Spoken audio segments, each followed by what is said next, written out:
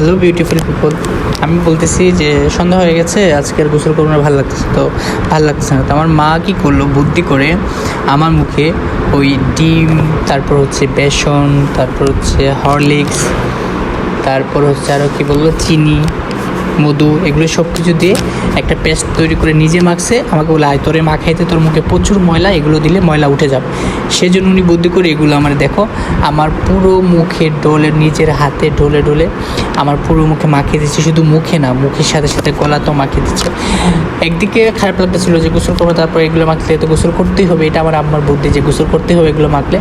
দ্বিতীয়ত আমার ভালো লাগা কাজ করছিল তখন, মাঝে মায়ের যে একটা মমতা, এই মমতাটা ফিল করছিলাম যে সত্যি মায়ের মমতা, এরকম ভালোবাসা কোথায় মিলবে বলো। তো সেই জন্য যাই হোক এগুলো মাখলাম, মা পুরো মুখে টুকে এগুলো ডলে টলে দিয়ে আমার পুরো গর্দনের কান টান ডলে দিয়ে বললো যে কিছু সময় ঘুরলে এগুলো একটু টানতে শুরু করবে, তারপর আবার দিতে হবে। তো আমিও বেসিক্যালি ভদ্র ছেলের মতো এগুলো মেখে টেকে কিছুক্ষণ বাইরে ঘুরে টুরে 10 মিনিটের মতো ঘুরে টুরে আবার আসছে। আসার পর আবার গলা, গাড়, গর্দনা, মুখে এগুলো মাখিয়ে দিয়েছে। এই দেখো দ্বিতীয় পর্বের মাখামাখি চলছে, এগুলো মাখামাখি দ্বিতীয় পর্বের মাখামাখি শুরু হয়ে গেছে। এগুলো এমনভাবে টানতে ছিল, ড্রাই হচ্ছিলো, তো বলার মতো।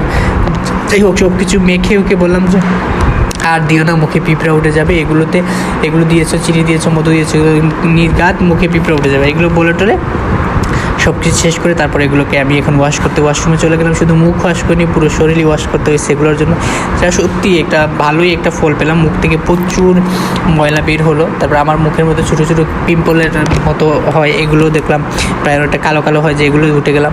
তো সব কিছু মিলে ভালো লাগলো, সবচেয়ে ভালো লাগে মায়ের ভালোবাসা, মমতা আসলে বলার মতো না। থ্যাংক ইউ সবাইকে।